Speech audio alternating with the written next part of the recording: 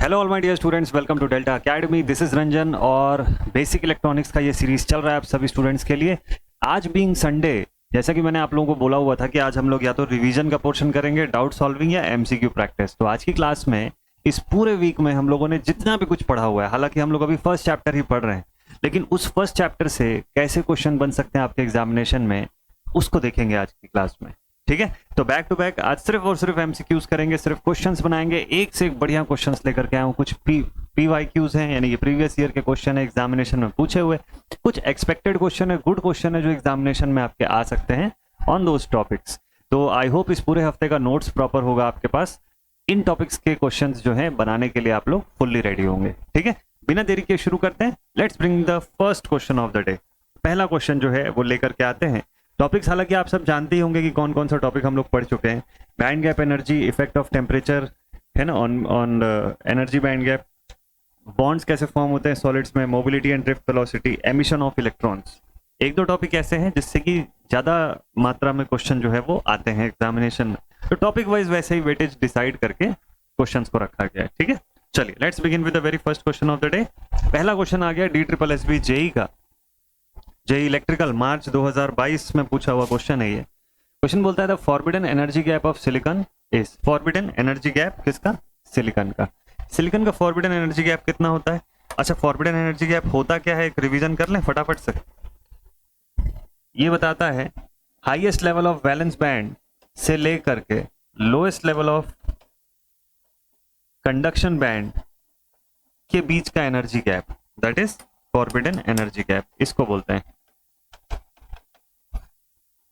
Insulators में जो सबसे हाई होता है, कंडक्टर्स में होता ही नहीं है, इट इज 0।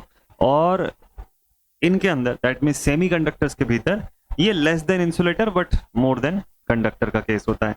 ठीक है, अब डेटा वाइज अगर मैं बात करूं तो 3 इलेक्ट्रॉन वोल्ट से ऊपर इंसुलेटर, ठीक है, ऑन एन एवरेज 5 के आसपास रहता है वहां पर।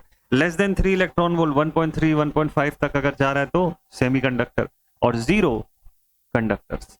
ठीक है, तो अब बात किसका कर रहा है? सिलिकॉन के बारे में पूछ रहा है। सिलिकॉन के केस में मैंने आपको बताया था कि it is nearly 1.1 electron volt या 1.12 इलेक्ट्रॉन वोल्ट, एक्चुअल में इस रेंज का रहता है। ठीक है, तो इससे करीब करीब का जो डेटा है, वैसे तो एग्जैक्ट डेटा ही दिया हुआ है हमको बी ऑप्शन पे, 1.1 इलेक्ट्रॉन वोल्ट, डायरेक्टली आंसर कर देंगे।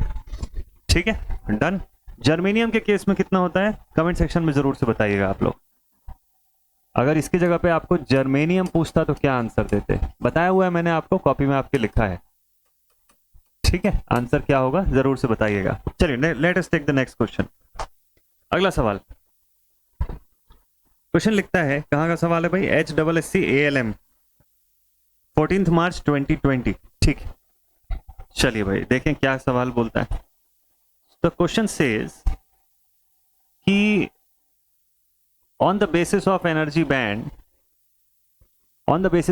band theory, semiconductors have almost dash valence band and almost dash conduction band and dash forbidden energy gap। समझते हैं, 3 चीजें पूछा हुआ है एक्चुअल में, देखते हैं क्या सही होगा। पहले हम लोग इसी जो फिल इन द ब्लैंक्स है इसी को पहले फिल करते हैं। On the basis of energy band theory, semi conductors में के वैलेंस बैंड में ऑलमोस्ट क्या होता है? वैलेंस बैंड फुल होता है क्या? देखिए, सेमीकंडक्टर्स में वैलेंस शेल इलेक्ट्रॉन कितने होते हैं? 4। तो फुल तो नहीं बोलेंगे हम लोग, बट हाँ एक गुड अमाउंट में इलेक्ट्रॉन्स रहते हैं। बट हाँ वैलेंस बैंड जो होता है इसमें इलेक्ट्रॉन्स अवेलेबल रहते हैं। जब तक मैं एक्सटर्नली इनको एनर्जी ना दूं तब तक ये फॉरबिडन एनर्जी गैप को जंप करके ऊपर नहीं जा सकते हैं, अगर मैं अनडोप्ड स्टेट की बात कर रहा हूं तो, प्योर सेमीकंडक्टर की बात करूं तो। ठीक है, तो ठीक है, almost full valence band and almost empty conduction band. Conduction band तो एम्प्टी रहेगा। मैं आइडियल कंडीशन लेके चल रहा हूं प्योर सेमीकंडक्टर की। ठीक है, अनडोप्ड कंडीशन में जब डोप्ड हो जाएगा तो कुछ अमाउंट में इलेक्ट्रॉन्स कंडक्शन शेल में अवेलेबल रहेंगे। ठीक है, and dash forbidden energy gap. Forbidden energy gap कैसा रहता है बताइए? वाइड रहता है, नैरो रहता है, कि किस तरीके का रहता है? यहाँ ऑप्शन में क्या क्या देखिए, बोलता है empty valence band, full conduction band. ये रॉन्ग है। ठीक है, large forbidden energy gap wrong है ना, इंसुलेटर का केस। अच्छा ठीक है भाई, इंसुलेटर में तो फुल भी नहीं होता कंडक्शन बैंड। खैर, सेकंड ऑप्शन देखिए, लार्ज बैलेंस बैंड, ठीक है, full conduction band and empty forbidden energy gap, ये भी रॉन्ग है। थर्ड ऑप्शन बोलता है फुल वैलेंस बैंड, बोल सकते हो, almost full, empty conduction band और narrow forbidden energy gap. So this option has to be right. ये ऑप्शन जो है ये सही ऑप्शन है इसका। बाकी लास्ट ऑप्शन बोलता है एम्प्टी वैलेंस बैंड और सब कुछ कंडक्शन बैंड में ही रहता है ना, narrow conduction band and full forbidden energy gap. Forbidden energy gap में कोई इलेक्ट्रॉन एग्जिस्ट नहीं करता है, ठीक है, सिर्फ उससे मूव करके दूसरी जगह जा सकता है, वो परमिटेड ऑर्बिटल है ही नहीं। ये परमिटेड रेंज, परमिटेड रीजन नहीं है, not a permitted reason for the electron to reside. Clear? तो पूरा कंसेप्ट अपना मस्त से क्लियर है। C option is the right answer of this question. अगला सवाल लेंगे अब इसके बाद।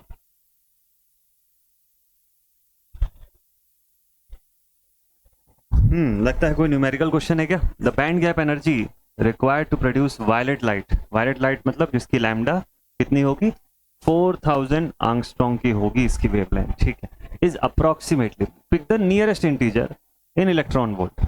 आपको क्या पूछा? बैंड गैप एनर्जी पूछा, ठीक है। हमको क्या पता है इसके बारे में?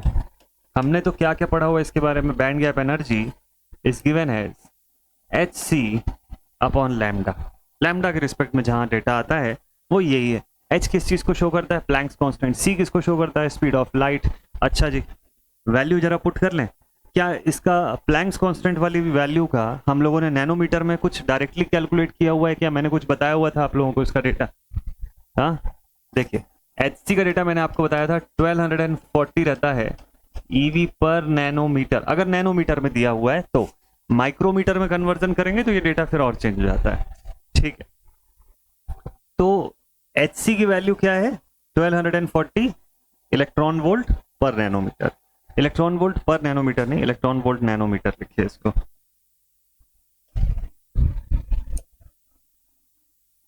ठीक है। लैम्डा की वैल्यू मुझे क्वेश्चन में दिया हुआ है 4000 आंगस्ट्रॉन्ग। अच्छा 4000 आंगस्ट्रॉन्ग में दिया हुआ है ना, इसको कन्वर्ट करना पड़ेगा ना नैनोमीटर वाले फॉर्म में। मतलब लैम्डा जो है या तो मैं 4000 आंगस्ट्रॉन्ग में लिखूं या फिर 400 नैनोमीटर में लिखूं, 400 नैनोमीटर के फॉर्म में इसको लिखूं, यानी कि 4 इंटू 10⁻⁻7 बन जाएगा ये, 4 इंटू 10⁻⁻7 मीटर। इस फॉर्म में कन्वर्ट कर लेता हूं क्योंकि इलेक्ट्रॉन वोल्ट के फॉर्म में मुझे आंसर पूछा है, ठीक है, और वो डेटा मेरे पास नैनोमीटर में अवेलेबल है, ठीक है। तो अब सॉल्व करना इजी हो जाएगा। Now I will get Eg is equal to 1240, दोनों अब नैनोमीटर के फॉर्म में है ना, तो ये हो जाएगा 400। इसको पुट करता हूँ क्योंकि ये भी देखिए ये डेटा मेरे पास ऑलरेडी नैनोमीटर के फॉर्म में है। ईवी नैनोमीटर, दोनों को कैंसिल आउट करूंगा, ईवी बचेगा मेरे पास, ठीक है, इलेक्ट्रॉन वोल्ट।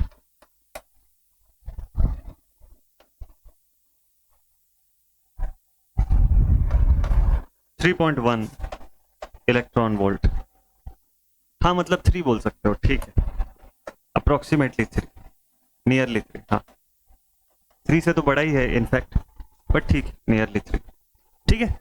तो नियरेस्ट इंटीजर इसका 3 ही है। तो हम लोग इसको इसका कैलकुलेशन जो है ना ये देखेंगे तो इसमें सबसे इंपॉर्टेंट पार्ट क्या था? कन्वर्ट करना, इस डेटा को सही फॉर्म में कन्वर्ट करना जो है वो इंपॉर्टेंट है कि कैसे पूछा हुआ है। और ये डेटा याद रखना कि एच की वैल्यू पहले आप चाहो तो कैलकुलेट भी कर सकते हो कि इसकी वैल्यू पुट कर दो, सी की वैल्यू पुट कर दो 3 × 10⁸ मीटर पर सेकंड वाला फॉर्म, और उससे आप डायरेक्टली आंसर निकाल लो। क्लियर है इसका सोल्यूशन? नेक्स्ट क्वेश्चन पे चले, चलिए अगला सवाल लेते हैं। Question number 4, the forbidden energy gap for germanium is, मैंने शायद पिछले क्वेश्चन में पूछा ही था आप लोगों से, है ना, मैंने आपको फर्स्ट क्वेश्चन में शायद यही पूछा था कि जर्मेनियम का कितना होता है करके, कमेंट सेक्शन में बताने बोला था। चलो ठीक है, अगर किसी को नहीं पता होगा इसका आंसर तो बता दूं यहाँ पे। इसका राइट आंसर जो होता है FeG फॉर जर्मेनियम, जर्मेनियम के केस में फॉरबिडन एनर्जी गैप जो होता है वो होता है 0.7 इलेक्ट्रॉन वोल्ट। एक्चुअल में 0.72 होता है, नियरली, ठीक है, अनडोप्ड स्टेट की मैं बात कर रहा हूँ इससे, ठीक है।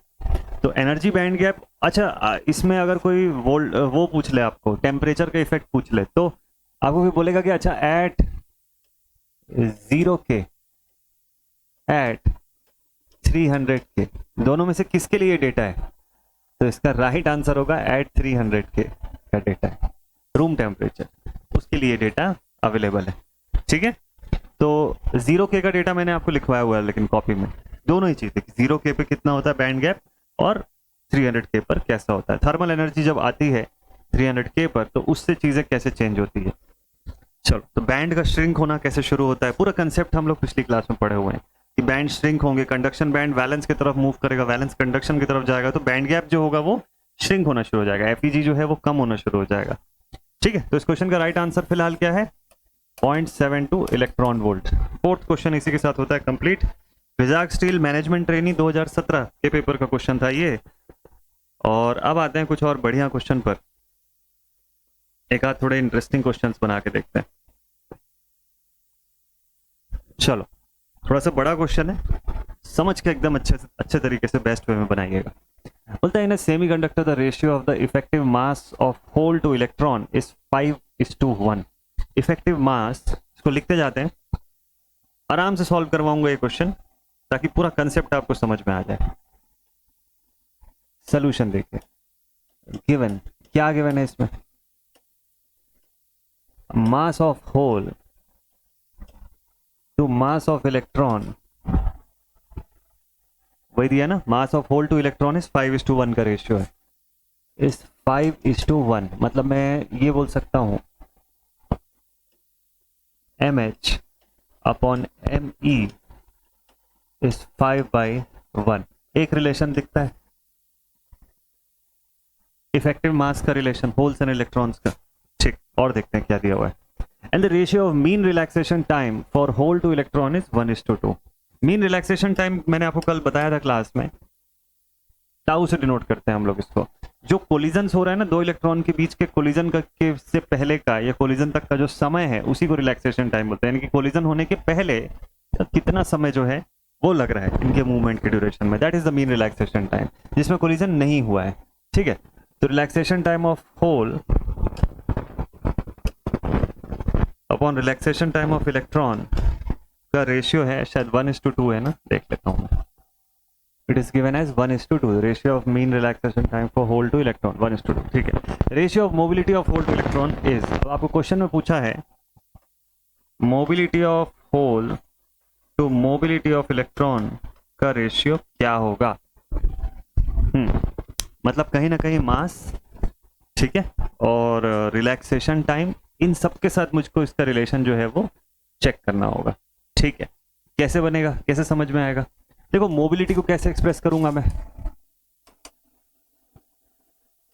VD और E के रिस्पेक्ट में मैं इसको रिलेट करता हूं। ये रिलेशन सही है कि गलत है? सोचिए, जल्दी से बताइए सभी लोग। ये रिलेशन मोबिलिटी का VD इंटू E का एक्सप्रेशन, ये करेक्ट है कि wrong?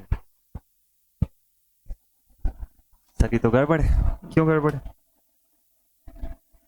Mu into E is VD, तो mu is equal to VD upon E। ये एक्सप्रेशन सही है ना, this expression has to be correct. हाँ, VD क्या है? Drift velocity. ड्रिफ्ट वेलोसिटी का एक्सप्रेशन है क्या हमारे पास? हाँ, बिल्कुल, ड्रिफ्ट वेलोसिटी का एक्सप्रेशन, बिल्कुल। क्या एक्सप्रेशन है हमारे पास?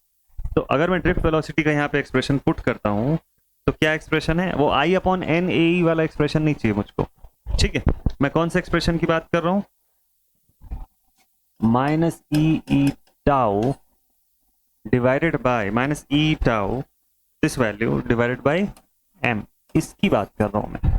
ठीक है, so I can say VD is minus E into E tau relaxation time divided by m। इसी फॉर्मूले में रिलैक्सेशन टाइम भी आएगा, मास भी आएगा। ठीक, और इसको मैं अगर पुट कर दूं in the formula for mobility, so it will be minus E tau divided by m into E. E और ई कैंसिल आउट हो गया, मेरे पास बचा ई टाउ अपॉन m। तो मोबिलिटी नेगेटिव नहीं रहती है करके मैं नेगेटिव साइन को इग्नोर करूंगा, तो मेरे पास बचेगा ई टाउ अपॉन m का एक्सप्रेशन। ठीक है, ई टाउ या क्यू टाउ जैसे भी आप चाहो लिख सकते हो। सो देयरफॉर अब देखो, सॉल्व करो। हमको एक चीज पता है कि mobility of holes is always less as compare to the mobility of electrons. Clear है? अभी जब मैं होल्स एंड इलेक्ट्रॉन्स के बारे में थोड़ा सा और बताऊंगा आपको, शायद अगली क्लास में ही, तो ये वाला पॉइंट आपको और अच्छे से डिटेल में क्लियर करके बताऊंगा। ठीक है? तो ई क्या है? चार्ज ऑन अ पार्टिकल है। टी क्या है? रिलैक्सेशन टाइम है। एम क्या है? इफेक्टिव मास है। ठीक, अब दोनों के लिए ये चीज कर दो, mobility of holes upon mobility of electron is equal to E tau of holes divided by m mass of effective mass of holes upon E tau of electron divided by mass of electron, effective mass of electron। ठीक, अब इसको थोड़ा सा और parts में break कर लेते हैं। ठीक है, तो ये हो जाएगा tau of hole upon tau of electron into mass of electron upon mass of hole. ऐसा लिख सकते हैं क्या इसको, अगर ऊपर भेज दे तो? ठीक है, mass of electron upon mass of hole. ठीक, क्योंकि इसी का डेटा हमारे पास अवेलेबल है, और ये दोनों तो ई तो कैंसिल आउट हो जाएंगे। ठीक, चार्ज जो है वो इक्वल होके कैंसिल आउट हुआ मान लो। चलो ठीक है भाई, so we will get mobility of hole with respect to the mobility of electron as, क्या एक्सप्रेशन आया? Relaxation time of hole upon electron, क्या रेशियो में दिया हुआ है देखें, 1/2। so it is 1/2 into electron by hole, mass of electron upon mass of hole. कितना दिया हुआ है? Mass of electron upon mass of hole, that is 1/5। ये 1/5 हो जाएगा, 1/10 बन जाएगा क्या ये? 1/5। This will become equal to 1/10 और 1:10। हो सकता है ऑप्शन में 10:1 भी दिया होगा, बट यही राइट आंसर है। समझ आया ये पूरा सोल्यूशन आप लोगों को? बहुत सिंपल सोल्यूशन है, बहुत ही सिंपल सोल्यूशन है, लेकिन मजेदार तरीके से ये बन रहा है। इनपुट कनेक्ट कर देते हैं एक बार। हाँ, ये क्वेश्चन था 1:10। अच्छा, इसमें 10:1 नहीं दिया हुआ था, नहीं तो कंफ्यूजन होता। उसके लिए सही आंसर ही सॉल्व करने वाला आंसर कर पाता, बट चलो ठीक है, 1:10 ही खाली दिया हुआ है। B option should be the right answer. बहुत प्यारा क्वेश्चन, बहुत अच्छा क्वेश्चन था इस टॉपिक के ऊपर का। आई होप मस्त से क्लियर हुआ होगा आपको। डन, नेक्स्ट क्वेश्चन पे चलते हैं। चलिए, let us take the next question. एक और न्यूमेरिकल टाइप का क्वेश्चन है, लग रहा है ये सेंटीमीटर स्क्वायर पर वोल्ट सेकेंड। अच्छा, सभी सेंटीमीटर स्क्वायर इसी फॉर्म में। ठीक है, on applying the electric field of intensity इतना वोल्ट पर सेंटीमीटर। अच्छा, वोल्ट पर सेंटीमीटर में ई की वैल्यू गिवन है हमको। क्वेश्चन में ई दिया हुआ है, कितना दिया हुआ है? 10 वोल्ट्स पर सेंटीमीटर। मीटर में चाहो तो कन्वर्ट कर सकते हो इसको। Across a semiconductor at a certain temperature the average drift velocity of free electron will be 70 metre per second. ओ, कन्वर्ट तो करना ही पड़ेगा। Then the electron mobility is, mu पूछा है मुझको, अभी जस्ट फॉर्मूला यूज किए वी डी अपॉन ई का। बस कन्वर्जन सही कर लीजिएगा, नहीं तो गड़बड़ हो जाएगा। ठीक है, तो सेंटीमीटर स्क्वायर पर वोल्ट सेकंड के फॉर्म में आपका डेटा जो है इसमें भी आ रहा है, इसलिए कोई टेंशन नहीं है। हालांकि इसको तो कन्वर्ट करना पड़ेगा ना आपको, क्योंकि आंसर आपको सेंटीमीटर के फॉर्म में पूछा हुआ है, सेंटीमीटर वोल्ट सेकंड्स वाले फॉर्म में। तो इसको कन्वर्ट कर लीजिए, 70 मीटर पर सेकंड है ना,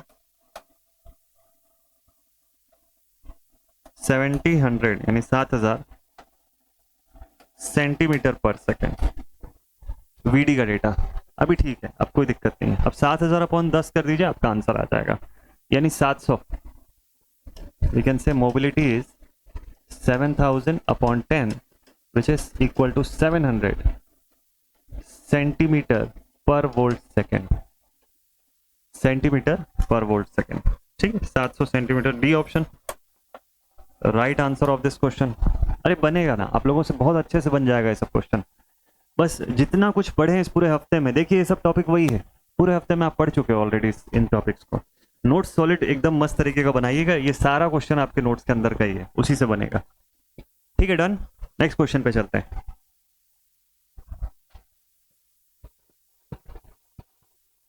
थ्योरेटिकल क्वेश्चन आया है, बोलता है electron mobility of the following intrinsic material, कौन से ऑर्डर में? डिसेंडिंग ऑर्डर में, मतलब घटते क्रम में, हायर से लोअर की तरफ। इलेक्ट्रॉन मोबिलिटी, भाई मोबिलिटी वाइज अगर मैं बोलूँ ना तो सबसे ज्यादा किसका होता है? सबसे ज्यादा गैलियम आर्सेनाइड का मोबिलिटी होता है, सबसे हाईएस्ट। ये दोनों में से कोई सही आंसर है? ये दोनों तो रॉन्ग है। बाकी हाईएस्ट जो है वो गैलियम आर्सेनाइड का होता है। कितना होता है sir electron mobility? Electron mobility ना, मोबिलिटी ऑफ इलेक्ट्रॉन समवेयर 9200 के आसपास का रहता है, लगभग 9200 के रेंज का रहता है। किस पे बता रहा हूँ? ये सब 300 के का बता रहा हूँ मैं आपको, थर्मल एनर्जी जब उसको मिल रही होगी रूम टेम्परेचर पे। ठीक है, तो मोबिलिटी ऑफ इलेक्ट्रॉन किसका? गैलियम आर्सेनाइड का। अच्छा, और सर सिलिकॉन जर्मेनियम का क्या सीन रहता है? देखिए गैलियम आर्सेनाइड के कंपैरिजन में फिर अगला नेक्स्ट गुड जो होता है वो इसमें होता है, जर्मेनियम में होता है। जर्मेनियम में 3800 के आसपास रहता है। जर्मेनियम में मोबिलिटी ऑफ इलेक्ट्रॉन लगभग 3800 के रेंज का रहता है। ये सब अप्रोक्सीमेट डेटा है, एकदम एग्जैक्ट नहीं है, 300 के पे। और सिलिकॉन का तो मैंने शायद लिखवाया हुआ है आप लोग को, 1200 के रेंज में रहता है सिलिकॉन का, अप्रोक्सीमेटली 1200 से भी थोड़ा ज्यादा, 1300 के रेंज में रहता है एक्चुअल में, नियरली 1300। तो आप कंपेयर कर सकते हो। अब इसीलिए मैंने बोला गैलियम आर्सेनाइड, सेकंड नंबर पे जर्मेनियम, थर्ड नंबर पे सिलिकॉन। ए ऑप्शन सही है, option A is the right answer. Electron mobility जो होती है सबसे ज्यादा गैलियम आर्सेनाइड के अंदर होती है। ठीक है, चलिए ठीक है। होल मोबिलिटी किस में सबसे ज्यादा रहती है? ये तो इलेक्ट्रॉन मोबिलिटी की बात होगी ना, होल मोबिलिटी सबसे ज्यादा किसके अंदर रहती है? आंसर करेंगे क्या कमेंट सेक्शन में? इलेक्ट्रॉन मोबिलिटी की जगह अगर आपको होल मोबिलिटी पूछा, वो इन तीनों में से सबसे ज्यादा किस में रहती है? इसको आंसर करिएगा, इसको एज अ होमवर्क रखते हैं आज की क्लास का। आप अगर कमेंट सेक्शन में आंसर करेंगे तो आपके आंसर का मैं रिप्लाई करूंगा कि आपने सही आंसर किया है, रॉन्ग आंसर किया है और करेक्ट आंसर क्या है। ये पूरा चीज कमेंट सेक्शन में जवाब दूंगा मैं, लेकिन इसको कमेंट में आंसर जरूर करिएगा। कि होल मोबिलिटी वाइज पूछता तो इन्हीं तीनों में से बताइएगा, इन्हीं तीनों में से सबसे हाईएस्ट किसकी होगी। ठीक है, वैल्यू अगर याद होगा तो वो भी ठीक है। चलिए नेक्स्ट क्वेश्चन लेते हैं, क्वेश्चन नंबर 8। ठीक, the number of valence electrons of p and si are respectively. अच्छा ठीक है ठीक है ठीक है, सिलिकॉन हो गया, फास्फोरस हो गया, एटॉमिक नंबर कितना रहता है? अच्छा सिलिकॉन का तो याद ही है ना हम लोग को, सिलिकॉन का तो 4 है भाई। 4 तो सर 4 जगह दिया हुआ है, इस वाले को तो काट दो, डी तो रॉन्ग आंसर है। सिलिकॉन बीइंग अ सेमीकंडक्टर, इसका तो 4 वैलेंस इलेक्ट्रॉन है। और फास्फोरस का क्या सीन है? तो फास्फोरस का एटॉमिक नंबर कितना है ना? फास्फोरस का एटॉमिक नंबर कितना है? एटॉमिक नंबर जो है वो इसका होता है 14 या 15 होता है ना, 14 होता है जहां तक मुझको याद आ रहा है। तो फास्फोरस का एटॉमिक नंबर कितना है? 14 नहीं यार, सिलिकॉन का रहता है ना, ये 15 नंबर पे रहता है। 15 रहता है। तो 2n² के हिसाब से पहले शेल में आ गए 2, दूसरे में आ गए 8 और 2 10 हो गए, तो तीसरे वाले में आएंगे 5, मतलब वैलेंस शेल इलेक्ट्रॉन इसके होंगे 5, है ना? अच्छा, तो इसीलिए ये क्या कहलाएगा? Pentavalent atom. क्या कहलाएगा? Pentavalent atom. और सिलिकॉन क्या है? टेट्रावैलेंट। अच्छा ठीक है भाई, ट्राईवैलेंट अलग होगा, 3 वैलेंस इलेक्ट्रॉन वाले, पेंटावैलेंट, टेट्रावैलेंट। तो ये सीन समझ में आता है इसके बारे में।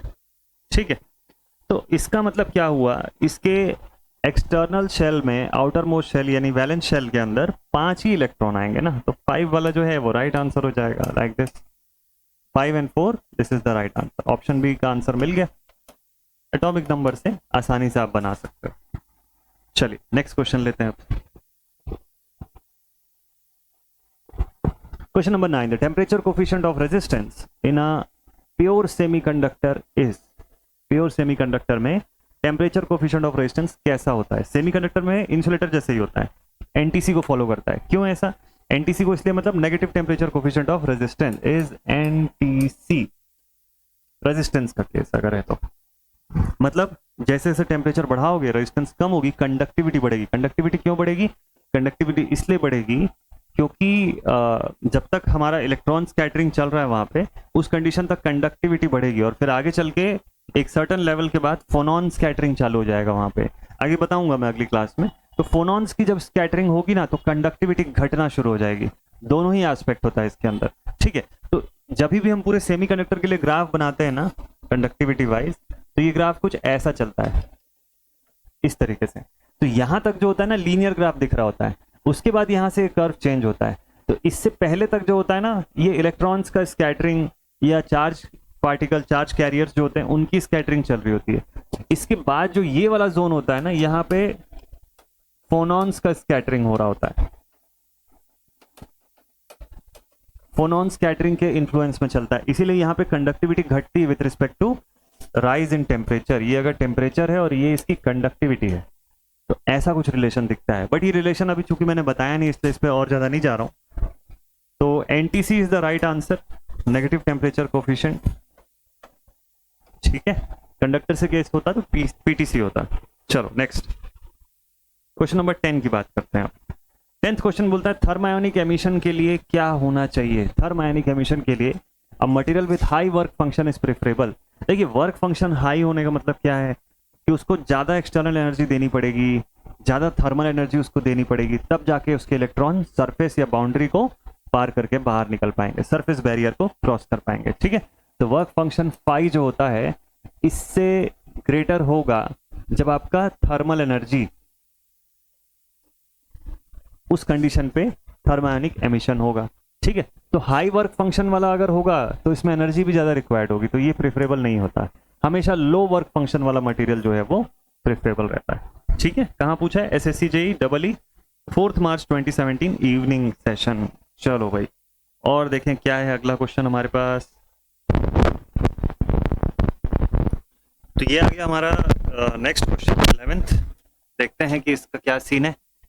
लिखता है कि थ्रू दो tin and silicon are 4 group elements, tin is a metal while silicon is a semiconductor because ऐसा क्यों? ठीक है, चलो लेट्स सी इसके पीछे का रीजन क्या बनता है भाई। सिलिकॉन और टिन जो है वो दोनों ही 4th ग्रुप के एलिमेंट्स हैं, ठीक है। हाँ बिल्कुल 4th ग्रुप के एलिमेंट्स है भाई दोनों। बट जो मेजर डिफरेंस है दोनों के बीच का क्या है पता है?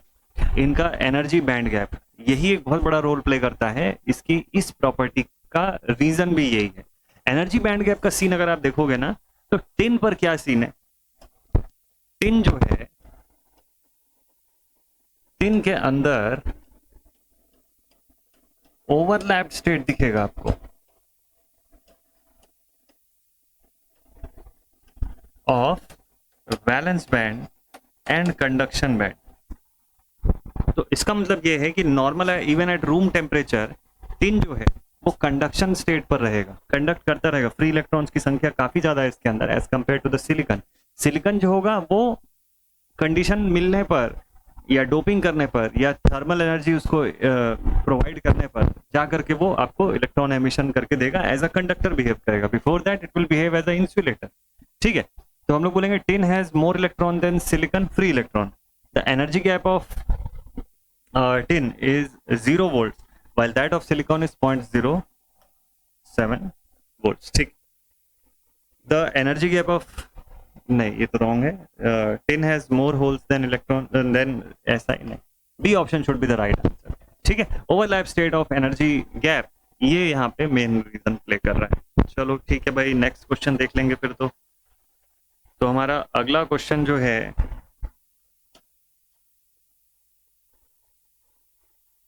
ठीक है, लगता है कि ये भी कोई न्यूमेरिकल क्वेश्चन ही है। तो चला गया क्या?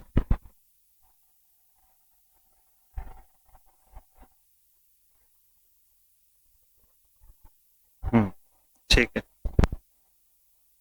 चलिए देखते हैं।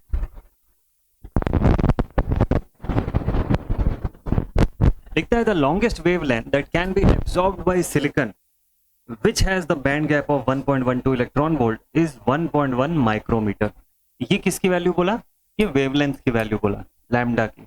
इन terms of what? In terms of micrometre. ध्यान रखिएगा इसको। If the longest wavelength that can be absorb by another material is इतना λ2, then the band gap of this material is approximately, देखिए सिलिकॉन जो है इसका बैंड गैप बोलता है कि 1.12 इलेक्ट्रॉन वोल्ट का है। बैंड गैप एनर्जी मतलब Eg की वैल्यू आपको दे रखा है 1.12 eV, ठीक है। लैम्डा उसका बता दिया, तो इन दोनों के हेल्प से आप क्या फाइंड कर सकते हो, सोचो। देखो बैंड गैप एनर्जी का इफेक्ट हम लोग जानते हैं, Eg is equal to Hc upon lambda. Hc को मैं कांस्टेंट मान लेता हूँ डिवाइडेड बाय लैम्डा। Hc की वैल्यू फिक्स है ना मेरे पास, 12,400 के लगभग की वैल्यू है, माइक्रो के फॉर्म में चल रहा है ये, तो दैट अपॉन लैम्डा ऐसा लिख सकता हूँ। Eg की वैल्यू जो है वो मुझको क्वेश्चन में पहले ही बता दिया है, 1.12 इलेक्ट्रॉन वोल्ट इतना है, ठीक है ठीक है ठीक है। तो इसके रिस्पेक्ट में अब आंसर फाइंड आउट करना है। 1.1, एक काम करते हैं, लैम्डा को मैं अगर उधर भेज दूं तो लैम्डा इज इक्वल टू के अपॉन Eg हो जाएगा। हाँ ये चीज ठीक है, ज्यादा बेटर है, ठीक है ठीक है ठीक है। So this will be lambda कितना दिया हुआ है 1.1 इक्वल्स टू के डिवाइडेड बाय, पहले के की वैल्यू देख लेते हैं यहाँ कितनी हो रही है, 1.12 इलेक्ट्रॉन वोल्ट। इसको मल्टीप्लाई कर दोगे तो के की वैल्यू मिल जाएगी, के मतलब के आ जाएगा आपका 1.1 इंटू 1.12, इसको मल्टीप्लाई कर लो, ये अप्रोक्सीमेटली कितना वैल्यू देगा, के की वैल्यू मल्टीप्लिकेशन में रहने देते हैं, फिर Eg फाइंड करते हैं। इसको मैं फ्रेश पेज में बना के दिखाता हूँ आपको, रुको। सोल्यूशन देखिए, हमको यहाँ से पता है कि band gap energy is given है Hc upon lambda, Hc Planck's constant, speed of light, wavelength, ठीक है। तो Hc को ही मैं k के फॉर्म में शो कर रहा हूँ डिवाइडेड बाय लैम्डा, ऐसा शो कर रहा हूँ, तो I can say k is equal to Eg into lambda. तो k की वैल्यू कितनी होगी 1.1 into 1.12, this is the value of k। इसको मैं पुट करूंगा डायरेक्ट सॉल्व करने के समय। अब मुझको क्या पूछा है, मुझको एक दूसरा कंडीशन दिया है, क्या कंडीशन, ये देखो सेकंड केस मुझको ये देख के दिया है इसमें। अब मुझे बोलता है कि यहां से ना, एक मिनट रुकते हैं, रीस्टार्ट हो रहा है ये, आ गया वापस। सेकंड केस में मुझे ये कह रहा है, कुछ इशू हो रहा है लग रहा है,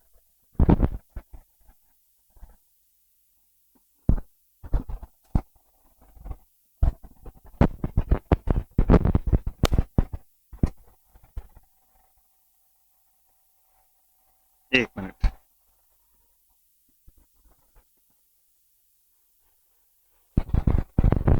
हाँ, तो सेकंड केस में हमको क्या दिया हुआ है, सेकंड केस ये बोलता है कि 0.87 माइक्रोमीटर का वेवलेंथ अब चाहिए। उस केस में बताओ कि बैंड गैप जो होगा उस मटेरियल का कितना होगा, ठीक है। चलो देखते हैं, तो सेकंड वाले केस का डेटा पुट कर देता हूं। तो यहां तक मेरे पास k की वैल्यू कितनी आ गई, k का एक्सप्रेशन मेरे पास आया 1.1 इंटू 1.12, ठीक है। नाउ अब मुझको फाइंड करना है कि Eg2 की value for lambda is equal to 0.87 will be how much, 0.87 micrometre will be how much. तो मैं लिखूंगा Eg is equals to 1.1 into 1.12 divided by 0.87। इससे जो है मेरा आंसर है 1.4 वोल्ट के आसपास आएगा, 1.4 इलेक्ट्रॉन वोल्ट, इतना लगभग। इसको आप कैलकुलेट करोगे तो इस रेंज का डेटा आपको देगा। ये Eg2 है, दिस इज योर Eg2। तो 1.416, हाँ ये ऑप्शन आपका बिल्कुल करेक्ट है, 1.416, this is the right answer, correct है, ठीक है। तो एक सेगमेंट का यूज करके, एक इक्वेशन का यूज करके हम लोगों ने सबसे पहले क्या फाइंड आउट किया, हम लोगों ने सबसे पहले k की वैल्यू फाइंड आउट कर लिया कि k एक्चुअल में इस इक्वेशन के हिसाब से कितना रिप्रेजेंट हो रहा है। क्यों, क्योंकि हमको Eg दिया हुआ था क्वेश्चन में, हमको लैम्डा दिया हुआ था क्वेश्चन में, ठीक है, सिलिकॉन के लिए। तो इस दोनों को मिला के हम लोगों ने यहाँ से k फाइंड कर लिया कि कितना आ रहा है, ठीक। और उसी k का यूज करके हम लोग दूसरे वेवलेंथ के लिए Eg कैलकुलेट कर लिए, सिंपल। चलो नेक्स्ट क्वेश्चन लेते हैं। देखें भाई अगला सवाल क्या है, कौन से टॉपिक से पूछ रहा है। Next question number 13, 13th question पे आते हैं, थ्योरेटिकल क्वेश्चन दिख रहा है ये। Which of the following is correctly ordered according to the ascending order of band gap energy? मतलब बैंड गैप एनर्जी के बढ़ते क्रम में आपको बताना है, छोटे से बड़े के क्रम में। अच्छा, band gap energy insulator, semiconductor, conductor, तीनों में कैसा रहता है ये बताइए, किसमें ज्यादा होता है किसमें कम होता है। तो आपको पता है कि कंडक्टर के केस में रिक्वायर्ड बैंड गैप एनर्जी कुछ होगी ही नहीं, क्यों, जीरो रहेगा। अच्छा, सेमीकंडक्टर के केस में कुछ इससे ज्यादा बैंड गैप एनर्जी होगा, 1.3 1.5 के आसपास, ठीक है। इंसुलेटर के केस में greater than 3, normally 5 electron volt के लगभग रहता है, ठीक है, इतना जानते हैं हम लोग। चलो इसमें देखते हैं, ये सेमीकंडक्टर है, कंडक्टर है, इंसुलेटर है। सेमीकंडक्टर में बोलता है कि सबसे कम रहेगा, फिर उससे ज्यादा कंडक्टर में, रॉन्ग है, तो सबसे कम कंडक्टर में रहेगा। और कंडक्टर क्या है, ग्रेफाइट है, तो जिसमें ग्रेफाइट सामने लिखा होगा, सेकंड नंबर पे सेमीकंडक्टर होगा और थर्ड नंबर पे इंसुलेटर होगा असेंडिंग ऑर्डर में। उस हिसाब से B option has to be the right answer. Option B correct है, ठीक है, बढ़िया। नेक्स्ट क्वेश्चन लेते हैं, चलिए अगला question, question number 14। The total number of electrons present in a valence shell of carbon atom is, carbon atom के valence shell में कितने इलेक्ट्रॉन्स रहते हैं, उसका एटॉमिक नंबर क्या होता है, 6 होता है, इसका एटॉमिक नंबर 6 होता है। तो 2n² के हिसाब से पहले वाले में आ गया 2, दूसरे वाले में आ गया, है ना, सेकंड शेल 8 हो सकता है, लेकिन 8 में से 6 तो है, इसका टोटल 2 जा चुका है, 4 बचेगा, 4। Therefore 4 valence electron is the right answer. Easy question है, अच्छा, बहुत बढ़िया। इस टाइप के क्वेश्चन बनाने में ज्यादा समय तो नहीं लगेगा, ठीक है, डन। नेक्स्ट, कार्बन भी एनटीसी को फॉलो करता है, नेगेटिव टेम्परेचर कोफिशिएंट, इसीलिए ये शो भी करता है, ठीक। चलिए नेक्स्ट क्वेश्चन बोलता है the true statement among these statements is, 4 statement दिए हुए हैं, इसमें से आपको बताना है सही स्टेटमेंट कौन सा है। A P type silicon sample has a higher conductivity compared to the N type having same dopant concentration. Dopant का कंसंट्रेशन अगर बराबर है तो बोलता है कि पी टाइप जो है, पी टाइप का जो सैंपल है उसकी कंडक्टिविटी हाई है as compare to N type. Wrong है ना, एन टाइप में majority charge carriers are electrons, P type में होल्स है, तो होल्स की मोबिलिटी भी कम रहती है और इलेक्ट्रॉन्स की मोबिलिटी ज्यादा रहती है, ज्यादा फ्रीली ये लोग मूव कर सकते हैं विद इन द कंडक्टर। तो ये तो रॉन्ग बोल रहा है, गलत है ये चीज, तो this option is wrong. Second option बोलता है in the semiconductor the conductivity is independent of voltage applied field always. Wrong option है, वोल्टेज से इंडिपेंडेंट नहीं रहता है भाई। कंडक्टिविटी जो होता है, कंडक्टिविटी को हम लोग करंट डेंसिटी के रिस्पेक्ट में भी पढ़ेंगे अभी आगे चल के, तो मैं आपको बताऊंगा, बट अप्लाइड वोल्टेज का इफेक्ट यहाँ पे इंपॉर्टेंट है, उसको नहीं छोड़ सकते हैं। नेक्स्ट क्या है, under large doping concentration drift current is insignificant compared to the diffusion current. अभी ड्रिफ्ट एंड डिफ्यूजन मैंने आपको पढ़ाया नहीं है, जब पढ़ाऊंगा तो इसको डिटेल में समझाऊंगा, अभी फिलहाल के लिए इतना बोल सकता हूं कि this option is wrong. Last option बोलता है कि इंट्रिंसिक सेमीकंडक्टर में Fermi level is not exactly at the centre of the forbidden gap. Fermi level centre of the forbidden gap पर नहीं होता है, ठीक है, centre of the forbidden gap पर नहीं होता है, हाँ ये ऑप्शन सही है। इफेक्टिव मास ऑफ इलेक्ट्रॉन और होल्स के डिफरेंस की वजह से ना वो एग्जैक्ट सेंटर पे नहीं रहता है, एक्चुअल में इफेक्टिव मास में डिफरेंस होता है होल एंड इलेक्ट्रॉन के, जिसकी वजह से फर्मी लेवल एग्जैक्ट सेंटर पे नहीं रहता है। तो ये ऑप्शन बिल्कुल सही है, यानी कि फोर्थ ऑप्शन इज राइट, जो कि सी में लिखा हुआ है, सी ऑप्शन पे। तो ऑप्शन सी जो है इस क्वेश्चन का करेक्ट आंसर है, बाकी सभी के सभी स्टेटमेंट्स रॉन्ग है एक्सेप्ट फॉर फोर्थ स्टेटमेंट, ठीक है। चलो नेक्स्ट क्वेश्चन, अभी 18th 19th क्वेश्चन में मजा आएगा आपको सॉल्व करने में, न्यूमेरिकल जैसा क्वेश्चन रहेगा but it will be interesting question. चलिए 16th क्वेश्चन देखते हैं, लिखता है if sigma is the conductivity what is the relation between the electric field E and the current density J in a conducting medium। conducting medium में electric field E and current density J, J क्या होता है, current per unit area होता है। अच्छा, sigma क्या है, sigma जो है वो कंडक्टिविटी को शो करता है, that is equal to 1/ρ resistivity. अच्छा ठीक है भाई, ये रिलेशन है। और क्या जानते हैं हम लोग, V is equal to I into R जानते हैं, जहां पे R क्या होता है, ρ L/A होता है, अच्छा, ये कुछ बेसिक रिलेशन है, अगर इतना जानते हैं तो इससे हम लोग ये जो पूछा है क्वेश्चन में उसको भी डिफाइन कर सकते हैं, डिराइव कर सकते हैं। चलो भाई ठीक है। अब वोल्टेज को कैसे एक्सप्रेस करूंगा मैं? आई इंटू आर, ये भी लिख सकता हूं I into rho L by A, this is also voltage. ठीक है, ऐसे लिख सकते हैं ना? अच्छा चलो ठीक है। आई अपॉन ए क्या हो गया? जे। आई अपॉन ए क्या हुआ? आई अपॉन ए जो होता है दैट इज करंट डेंसिटी। तो मैं इसको वैसे लिख देता हूं, तो V is equal to J into rho L. लिख सकते हैं रो क्या चीज है? Rho is 1 upon sigma. अच्छा, तो V is equal to J into L upon sigma. और सर V बाई एल क्या होता है? सर V बाई एल जो होता है ना that is electric field intensity. DV by D X के फॉर्म में, minus of DV by D X के फॉर्म में मैंने लिखवाया था आपको पिछली क्लास में। ठीक है, so that change in voltage with respect to the change in length of conductor या distance that is expressed as electric field intensity volts per unit length या पर मीटर के फॉर्म में, है ना? तो इस फॉर्म में लिख सकते हैं। तो एल को मैं अगर इधर भेज दूंगा this will become E is equal to J into L upon sigma. ठीक है, लेंथ को अगर मैं कांस्टेंट मान लेता हूं तो आई कैन से कि sigma is equal to J upon E, या sigma is proportional to J by E. L को कांस्टेंट मान लिया मैंने किसी फिक्स्ड मटेरियल के लिए। एल को अगर मैं कांस्टेंट मानूं तो sigma is equal to J upon E. L अगर कांस्टेंट हो गया तो sigma is equal to J upon E. यही रिलेशन होता है इनका, यही रिलेशन होता है। छोटा सा एक्सप्रेशन है बट ये बहुत काम का रहता है एजेई पेपर में। This is the right answer, option A. ठीक है, बढ़िया, इसको नोट कर लीजिएगा, मैं इसको हटाने जा रहा हूं। नेक्स्ट क्वेश्चन पे चलते हैं, क्वेश्चन नंबर 17। क्वेश्चन 17 बोलता है pure metals generally have which of the following. Pure metal में क्या होता है? कंडक्टिविटी और टेम्परेचर कोफिशिएंट। देखिए कंडक्टिविटी कैसी होती है? हाई रहती है ना कंडक्टिविटी, ठीक। टेम्परेचर कोफिशिएंट ऑफ रेजिस्टेंस कैसा होता है? टेम्परेचर कोफिशिएंट ऑफ रेजिस्टेंस, सोचिएगा हाई कंडक्टिविटी यानी ये दो ऑप्शन में से कोई एक होगा, या तो ए होगा या बी होगा, ठीक है। टेम्परेचर कोफिशिएंट ऑफ रेजिस्टेंस कैसा होता है? लो रहता है यार। Temperature coefficient of resistance is always low.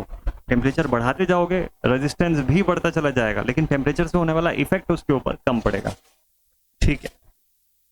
Conductivity high क्यों रहती है? ज्यादा amount of free electron available रहते हैं। Conduction and valence band both are in the overlapped state, ठीक है, ये सारा चीज जानते हैं आप।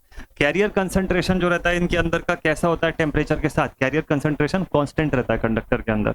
मेटल के भीतर carrier concentration remains constant even when you increase the temperature, ठीक है।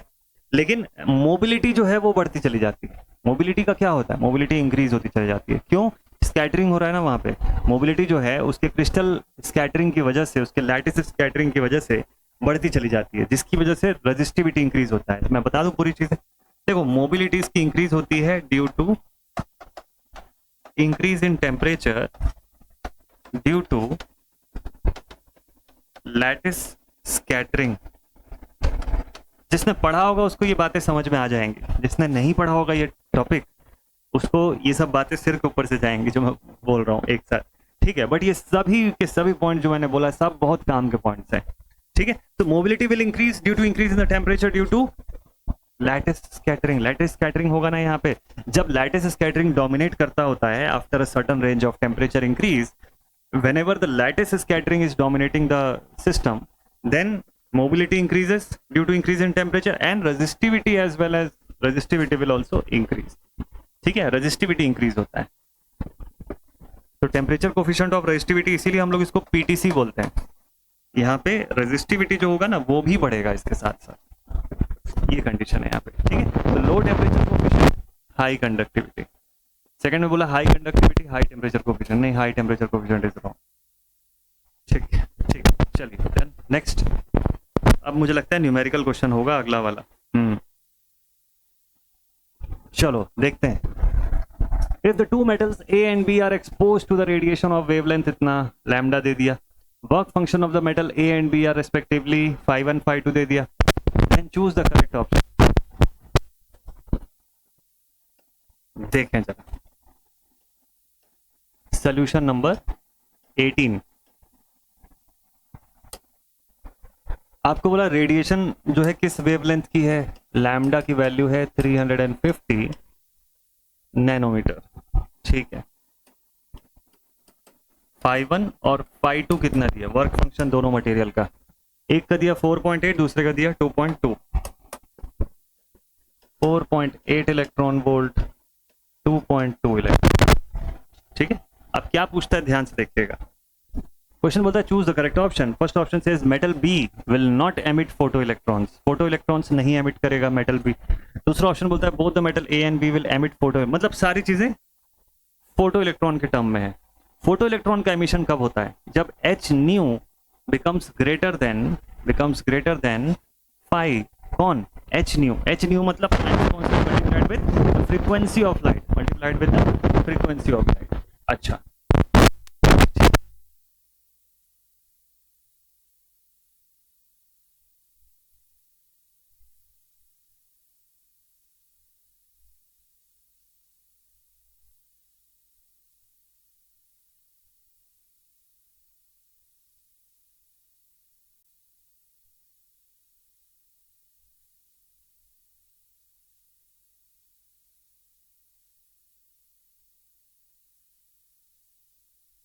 अपॉन लैम्डा भी बोल सकते हैं हम लोग, एच न्यू की जगह पे एच सी अपॉन लैम्डा भी लिख सकते हैं एनर्जी। तो एनर्जी ऑफ फोटॉन कैसे निकालेंगे,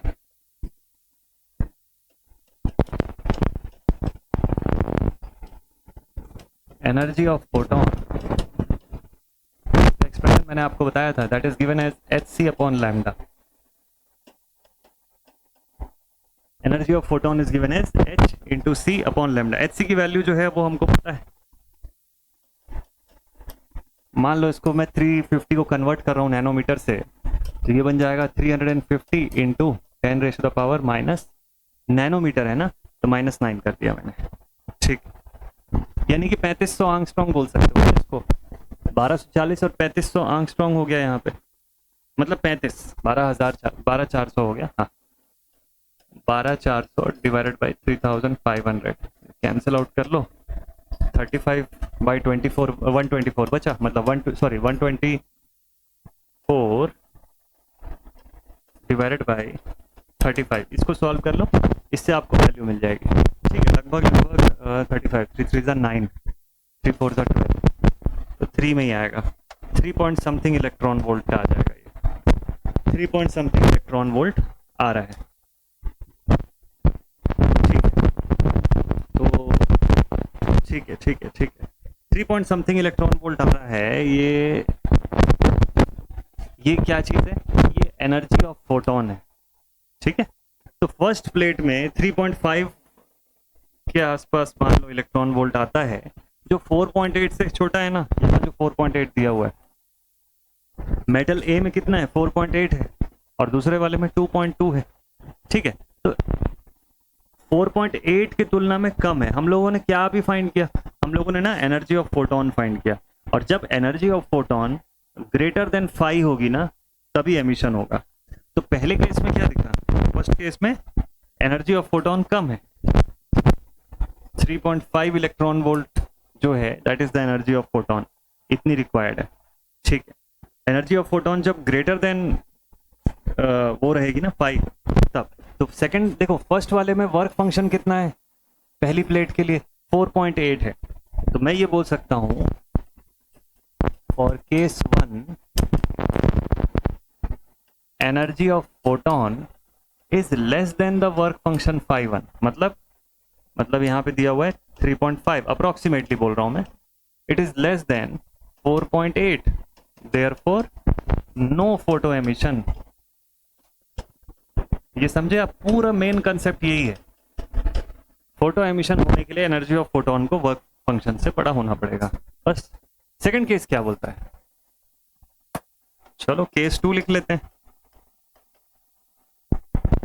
केस 2 में एनर्जी ऑफ फोटोन कितना निकला, एनर्जी ऑफ फोटोन तो वही 3.5, but it is greater than the work function. Work function तो 2.2 दिखा था ना यहाँ पे, 2.2 electron volt,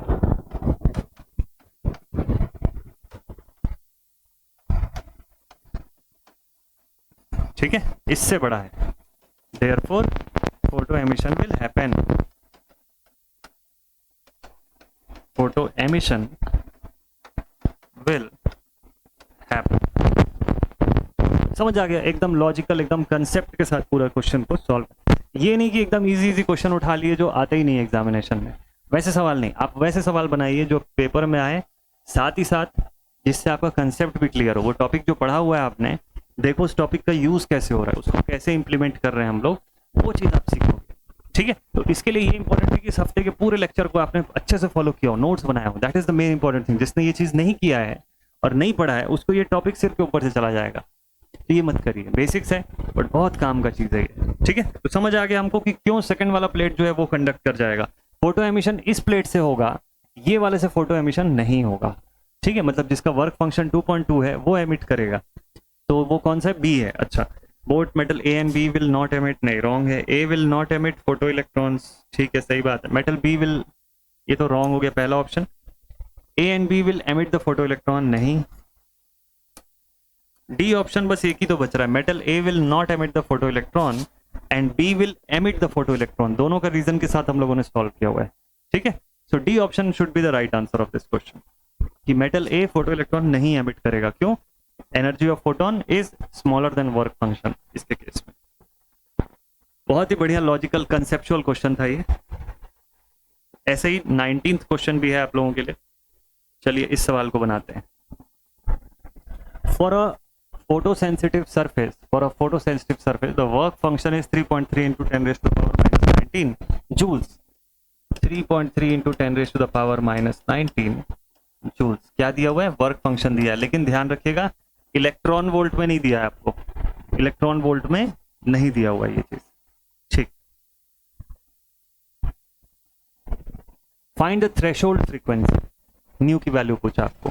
take h is equal to 6.6, h की value 6.6 into 10 raise to the power minus 34 joule second. Answer किस में मांगा है? हर्ट्ज में मांगा है। जूल्स में दिया हुआ वर्क फंक्शन हमको। क्या रिलेशन होगा वर्क फंक्शन में? Work function is equal to h nu. Work function का एक्सप्रेशन हमको ये मिलना चाहिए कि h न्यू के बराबर हो, और h न्यू की जगह पे मैं इसको लिख सकता हूँ hc upon lambda. Work function दे दिया, लैम्डा नहीं दिया। ठीक है, ठीक है, ठीक है।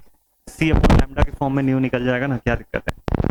ठीक है, तो ठीक है, न्यू क्या है? अपना थ्रेशोल्ड फ्रीक्वेंसी है, लैम्डा क्या है? थ्रेशोल्ड वेवलेंथ है, और एच तो प्लैंक्स कांस्टेंट है। इतना ये सब तो हम लोग जानते हैं। सी स्पीड ऑफ लाइट है। अब वर्क फंक्शन का एक्सप्रेशन अगर हमको निकालना है तो हम लोग ये भी लिख सकते हैं ना कि nu is equal to work function upon H भी तो लिख सकते हैं। सब तो दिया हुआ डेटा यार, कुछ नहीं करना है।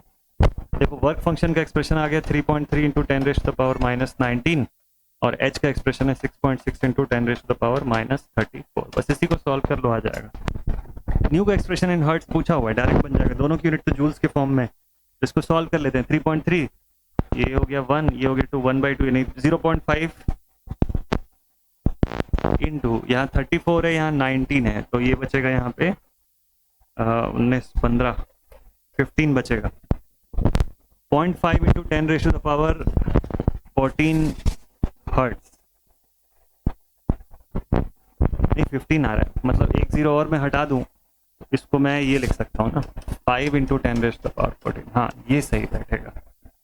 अच्छा हुआ बी को टिक नहीं कर दिया, मैं बी को ही अभी करने वाला था, अगर कैलकुलेशन में गड़बड़ है, लेकिन एक्चुअल में ए इसका राइट आंसर होगा। ए ऑप्शन दिया हुआ है सही, क्योंकि बी में ना 10 का पावर 14 है, और यहाँ कैलकुलेट करो आप, इसको ऊपर भेजोगे तो ये प्लस 34 बनेगा, और माइनस 19, ये बच रहा है अपने पास 15। ठीक है, तो 5 into 10 raise to the power 4 hertz is the right answer. ठीक है, फंडामेंटल एकदम क्लियर। न्यू का एक्सप्रेशन हम लोगों ने फाइंड कर लिया। तो ये सब छोटे छोटे फॉर्मूले हम लोगों ने पढ़ने के दौरान एक्सप्रेशंस देखे हुए हैं, बस उसको यूज आज करके देख रहे हैं कि कैसे इंप्लीमेंट होता है सवाल में। ठीक है, आई होप आप लोग को ये क्लियर होते जा रहा है। लास्ट क्वेश्चन आज के सेशन का देखते हैं अब जल्दी से। सेशन का आखिरी क्वेश्चन, सही आंसर करना है आप लोगों को। Choose the correct option among the following regarding work function 5 of a material in the photo electric effect. Photo electric effect में वर्क फंक्शन 5 जो होता है किसी मटेरियल का, उसके बारे में बात करना है। तो पहला ऑप्शन लिखा है is different for different materials, ये ऑप्शन बिल्कुल सही है। Is same for all the material, her material के हिसाब से वेरी करता है वर्क फंक्शन। ठीक है, तो हम लोग यहाँ पे ये बोलते हैं वर्क फंक्शन ना एक्चुअल में मटेरियल प्रॉपर्टी होती है। ठीक है, एक एक्सप्रेशन मैंने आप लोगों को लिखवाया था, किसका, के मैक्स का, याद है? मैक्सिमम काइनेटिक एनर्जी का एक्सप्रेशन मैंने आप लोग को लिखाया था। ठीक, it was given as h nu minus 5, h nu minus 5। ठीक है, h प्लैंक्स कांस्टेंट, न्यू या f हो गया फ्रीक्वेंसी ऑफ, न्यू क्या था, जो इंसिडेंट रेडिएशन है जो हम उस मेटल को प्रोवाइड कर रहे हैं, उस मटेरियल के सरफेस के लिए प्रोवाइड कर रहे हैं, ये क्या है, ये सरफेस बैरियर है। दिस वाज सरफेस बैरियर, ऊपर क्या है, वैक्यूम, और यहाँ पर हमारे पास इलेक्ट्रॉन्स है। अब हमको यहाँ पे फोटो एमिशन करवाना है और इन इलेक्ट्रॉन्स को फ्री करा के सीबी के अपर मोस्ट रीजन से निकाल के हमको उस मटेरियल से ही बाहर निकालना है, सीबी के भी अपर मोस्ट रीजन से बाहर निकालना, उस मटेरियल के बाहर वैक्यूम में पहुंचाना है इसको। तो उसके लिए जो रिक्वायर्ड एनर्जी होगी वो कितनी होगी? ठीक है, तो उसके लिए काइनेटिक एनर्जी हमको कितना चाहिए होगा। ठीक है, तो यहाँ पे यही फाई जो है, this is representing the work function. ठीक है, तो वर्क फंक्शन ना मटेरियल की प्रॉपर्टी होती है कि मटेरियल जो है वो जिस तरीके का होगा उसके अकॉर्डिंग इलेक्ट्रॉन्स का एमिशन होगा। उसी एमिशन को हम लोग फोटो एमिशन बोलते हैं या फोटो इलेक्ट्रॉन का एमिशन बोलते हैं। ठीक, तो इस क्वेश्चन का करेक्ट आंसर क्या होना चाहिए? It is different for different material, option A is the right answer. Depends upon the frequency of incident light. मैंने आपको इसमें भी दो चीजें बताई थी कि फ्रीक्वेंसी पे क्या डिपेंड करता है और इंटेंसिटी ऑफ लाइट के ऊपर क्या डिपेंड करता है। दोनों ही चीजें नोट्स में हाईलाइट करा के लिखवाया आप लोगों को, इसको भूलिएगा मत ये सारे पॉइंट्स को। ठीक, चलिए तो आज का सेशन अब यहीं पर होता है एंड। आई होप इस सेशन से अच्छा खासा एक प्रॉपर न्यूमेरिकल प्रैक्टिस हुआ होगा। हालांकि अभी बहुत ज़्यादा टॉपिक नहीं पढ़े हैं, इसलिए कम क्वेश्चन लेकर के आया हूँ आज। जब और थोड़े टॉपिक्स कवर हो जाएंगे, जब ये पहला चैप्टर कंप्लीट होगा, यानी कि नेक्स्ट संडे से पहले पहले आपका ये चैप्टर कंप्लीट हो जाएगा, फिर पीएन जंक्शन डायोड शुरू होगा, तो आपको एक बहुत गुड लेवल का नॉलेज जो है इस टॉपिक का हो जाएगा। तो सेशन को यहीं पर एंड अप करते हैं, मिलते हैं आप सभी से नेक्स्ट वीडियो में। Till then take care all my dear students and thank you so much for watching this session. Homework question का आंसर जरूर से कर दीजिएगा। जय हिंद।